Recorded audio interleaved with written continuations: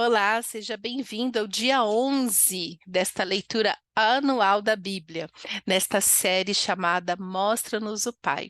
E para hoje nós temos na programação Gênesis, capítulos 25 e 26, e também Provérbios, capítulo 6, do verso 20 ao 35. E o que eu quero conversar com vocês hoje está no capítulo 25, dos versos 19 até 34, que diz o seguinte: Esta é a história da família de Isaque, filho de Abraão. Abraão gerou Isaque, o qual aos 40 anos se casou com Rebeca, filha de Betuel, o arameu de Padã-Arã, irmã de Labão, também arameu.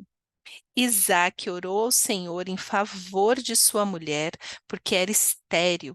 O Senhor respondeu à sua oração e Rebeca, sua mulher, engravidou. Os meninos se empurravam dentro dela pelo que disse: Por que está me acontecendo isso?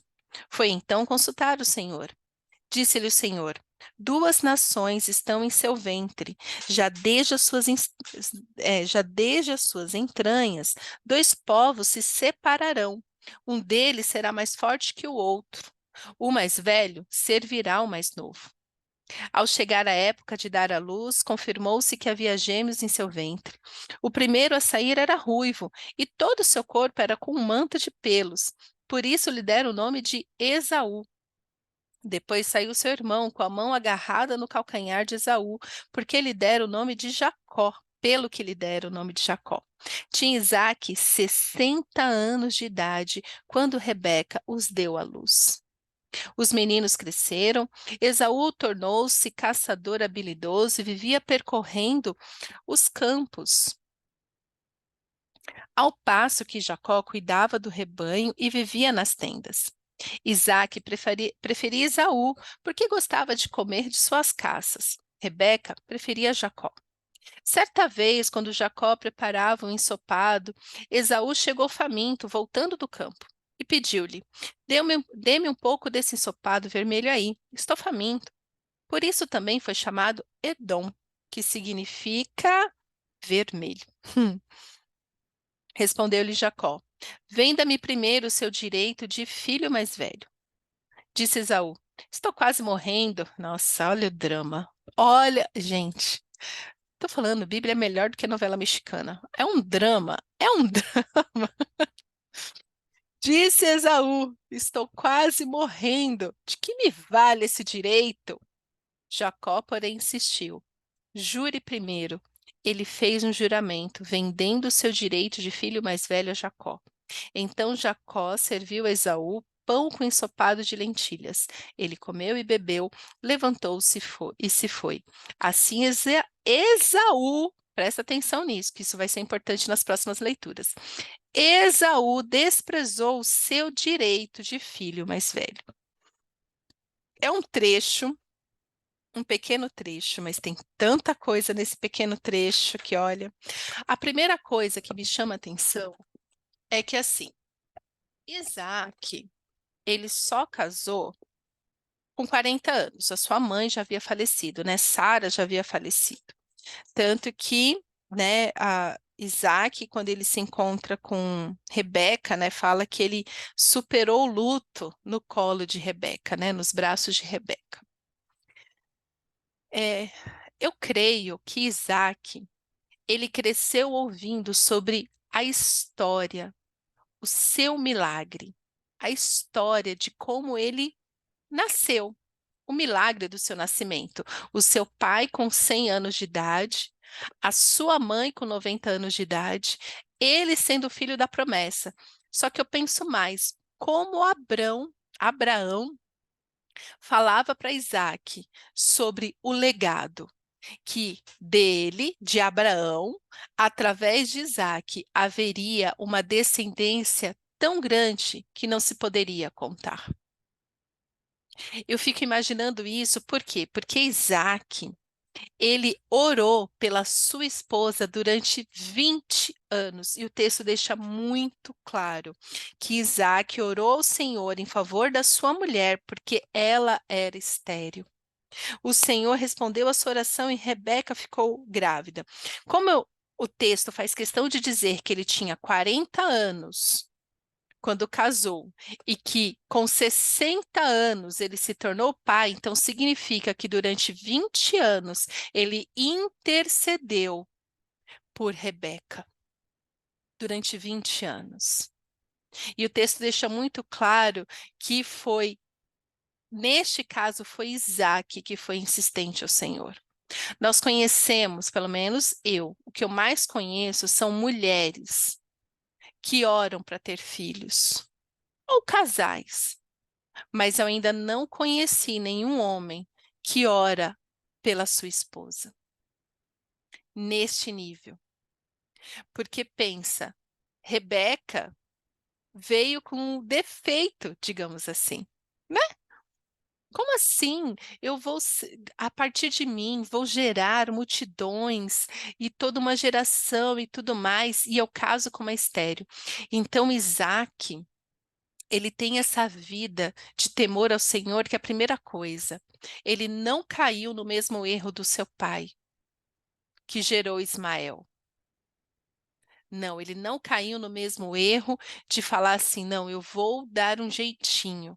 Nem Rebeca deu um jeitinho. Porque Isaac honrou a aliança do casamento até o fim, né? Então, se a gente pode chamar alguém de fiel, nós podemos chamar Isaac. Isaac foi fiel a uma única mulher, que foi Rebeca.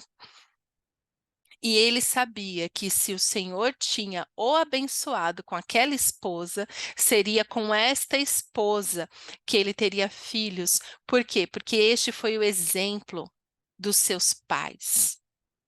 Se Abraão, mesmo tendo Ismael, foi através de Sara que veio Isaque, o filho da promessa, uma mulher estéril. Então, eu creio que Isaque orava falando: se o Senhor fez este milagre na minha mãe, o Senhor fará este milagre na minha esposa. Por quê? Porque Deus não erra.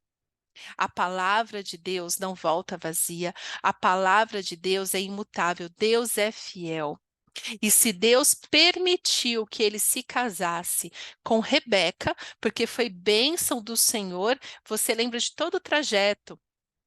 Abraão mandando o seu servo que foi lá, de cara o servo dele teve sucesso, encontrou com Rebeca, trouxe Rebeca. Ou seja, Rebeca não veio por um acaso, Rebeca não veio de unidunité, vamos com essa daqui mesmo. Para Rebeca se tornar esposa de Isaac, teve toda uma oração. Senhor, me dê o seu favor, que eu encontre favor, que eu leve uma esposa. Você acha que Abraão também não intercedia pela a sua nora? No sentido assim, de pedir ao pai que abençoasse o seu filho com uma esposa segundo o seu coração. Então, Isaac, ao estar casado com Rebeca, ele sempre creu na fidelidade do Senhor. E assim, não teve apenas um, mas teve 2 filhos, de uma vez só. Ah, então, meus queridos, precisamos de homens nesta geração que orem pelas suas esposas, crendo no milagre. Talvez hoje o que nós mais precisamos, talvez o que nós mais precisamos na nossa igreja, no meio da igreja, é ter mais Isaques, aonde olha o exemplo dos pais e crê no Deus que faz nova todas as coisas, no Deus de milagres, no Deus do impossível. Porque Isaac, ele fez exatamente isso. E hoje, eu quero ter. O discurso que mais se ouve, né? Eu quero ter um casamento longo que nem dos meus pais, que estão casados há sei lá quantos anos. E a pessoa é tão frágil que desiste no primeiro problema, no segundo problema, não persevera até o fim. Com certeza é difícil. Imagina 20 anos. 20 anos interceder por um útero estéril. Mas, se o Senhor já fez o milagre, se eu sou fruto do milagre, o Senhor pode fazer mais. O Senhor pode fazer mais milagres na minha vida, na minha família, na minha esposa, nos meus filhos. Precisamos de mais Isaques que crê no Deus do impossível, que persevera até o fim. Isaac, talvez Abraão tenha contado para ele sobre Ismael, falando: ai, filho, deixa eu te contar por que que Ismael é o seu irmão. Então Isaac foi lá e falou: não, eu não vou fazer como meu pai. Eu já aprendi com o erro do meu pai. Na minha história, eu vou fazer diferente. Por isso que nós temos que olhar para a história de Isaac, olhando o que que meu pai fez que não deveria ter feito e que eu vou fazer diferente. Qual milagre o Senhor já fez na vida dos meus pais? E eu vou crer que Ele vai fazer na minha família, ainda vai fazer o quê? O dobro. Porque quando Deus abriu a madre de Rebeca, abençoou o útero de Rebeca em resposta a orações, resposta de perseverança, o Senhor deu em dobro. Ai, o Senhor não faz nada pela metade. E como eu amo este Deus que não faz nada pela metade. O Senhor é este Deus gracioso, generoso, que faz infinitamente mais de tudo que pedimos ou pensamos. O meu trabalho, o seu trabalho é crer, é crer. Isaac creu até o fim. O Isaac creu até o fim. E ele teve esta bênção de não ter um, mas ter dupla honra, de ter dois filhos. Tudo bem que esses filhos, e foi bom que teve dois, né? Que a gente vê aqui que Isaac preferia uma e Rebeca o outro. Depois vem falar que pais não têm prediletos. Tem sim. Deus não tem, mas os pais biológicos, esses têm. Os pais que nos criam, esses têm.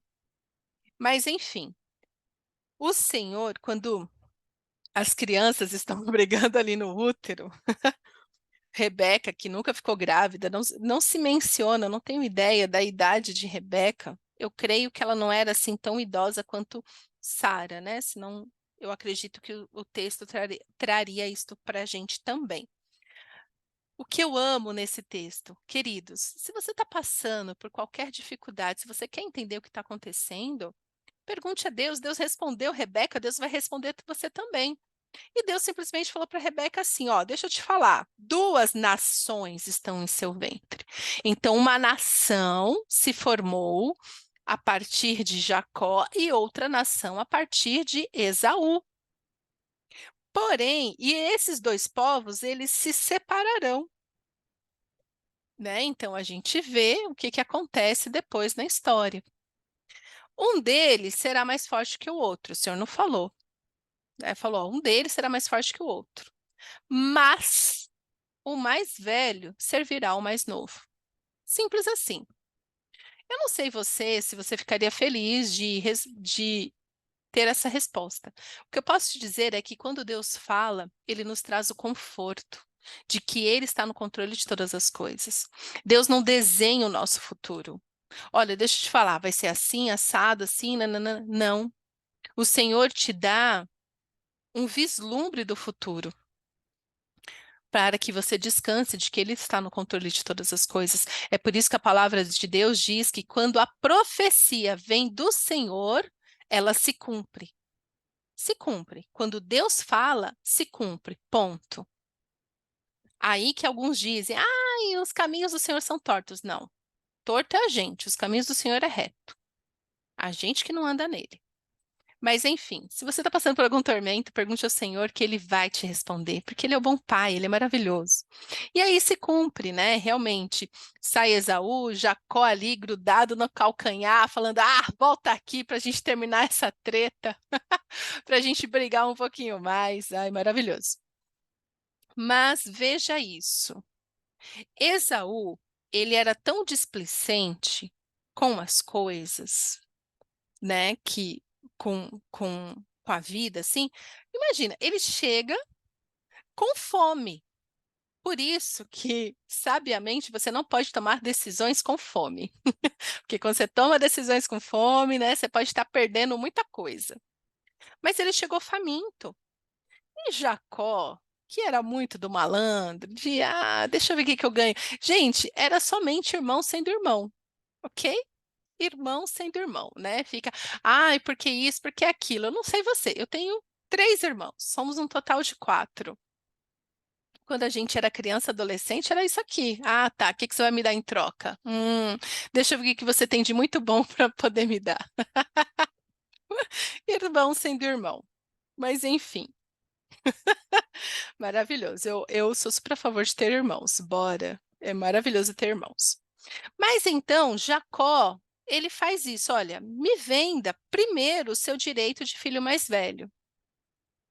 Então, Jacó olhou e falou assim: eu quero todos os direitos que você já tem, porque já tenho bem a bênção do primogênito. Jacó falava assim: não, eu quero ser o primeiro. Eu quero ter essa bênção aí, né? Esaú era um cara do campo, habilidoso, vivia percorrendo os campos e tal. Jacó era pessoa de boas, né? Então ele cuidava do rebanho, vivia nas tendas, ele gostava de uma vida mais de boas. Então, assim, a verdade que eu acredito assim, lendo, eu vejo que o quê? Esaú tinha essa característica assim de, eu quero mesmo é aventura, eu quero ir, não quero burocracia não, né? Tanto que ele fala, do que me adianta o direito de filho mais velho, né? E aí, por um prato de lentilhas, Esaú vende os seus direitos de filho mais velho. Eu sei que mais para frente, né, tem algumas pessoas que usam, né, lá na frente, se você já conhece a história, Jacó roubou Esaú. Não, ele fez uma negociação. Esaú que vendeu. Esaú que não valorizou a sua primogenitura, os seus direitos de primogênito. Esaú não valorizou. Então, cuidado para que você não esteja cometendo o mesmo erro que Esaú, dando o que você tem de bênção do Senhor, porque era um direito que ele tinha a bênção do primogênito, ele tinha o direito, mas ele vendeu por uma necessidade imediata que ele tinha. Você acha que da onde eles viviam, ele não teria mais nada para comer? Ele teria só o ensopado de Jacó para comer? Eu fico pensando, eu falo assim, gente, eles deviam estar morando do jeito que tudo era muito abundante para eles, porque eles eram reis, eles dominavam aonde eles moravam. Eu tenho para mim que o que mais tinha naquele lugar eram árvores frutíferas. Então, de fome, ele não ia morrer. De inanição, ele não ia morrer. Mas ele foi o quê? Displicente. Então, trazendo para mim e para a sua realidade hoje, cuidado pra, para que você não esteja vendendo algo que Deus te deu gratuitamente. A bênção. Uma bênção gratuita que o Senhor te deu e você está negociando por um prato de lentilha, por uma necessidade imediata. Porque aí depois não reclama das consequências.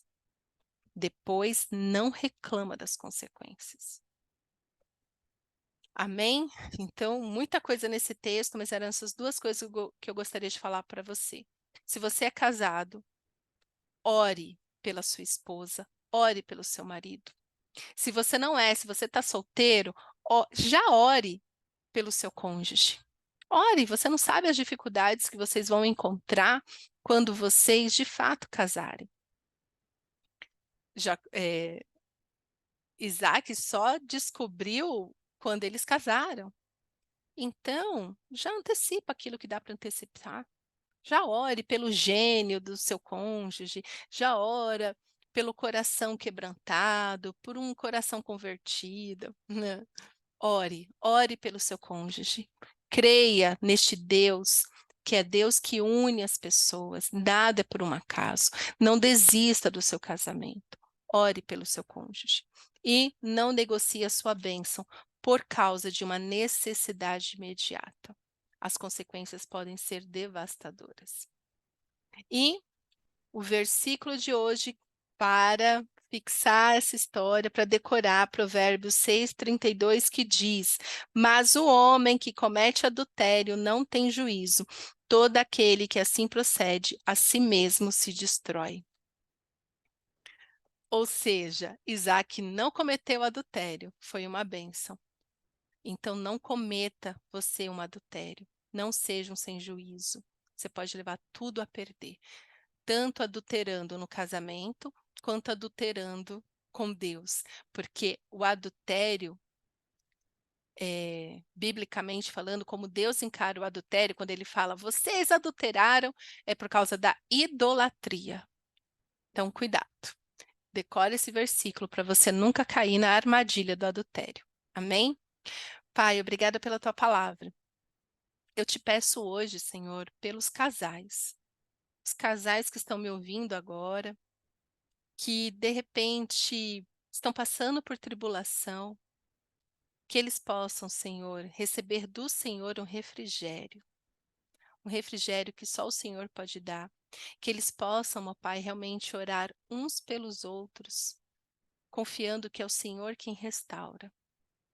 Abençoa, Senhor, os casais que têm buscado o Senhor por um milagre, de ter filhos, de gerar filhos, pelo milagre de educar filhos, pelo milagre de se darem bem, de se amarem, de valorizarem um ao outro. Nos abençoa, Senhor, para que tenhamos consciência da bênção que o Senhor tem nos dado, para que não caiamos na armadilha de vender os nossos direitos por causa de uma necessidade imediata.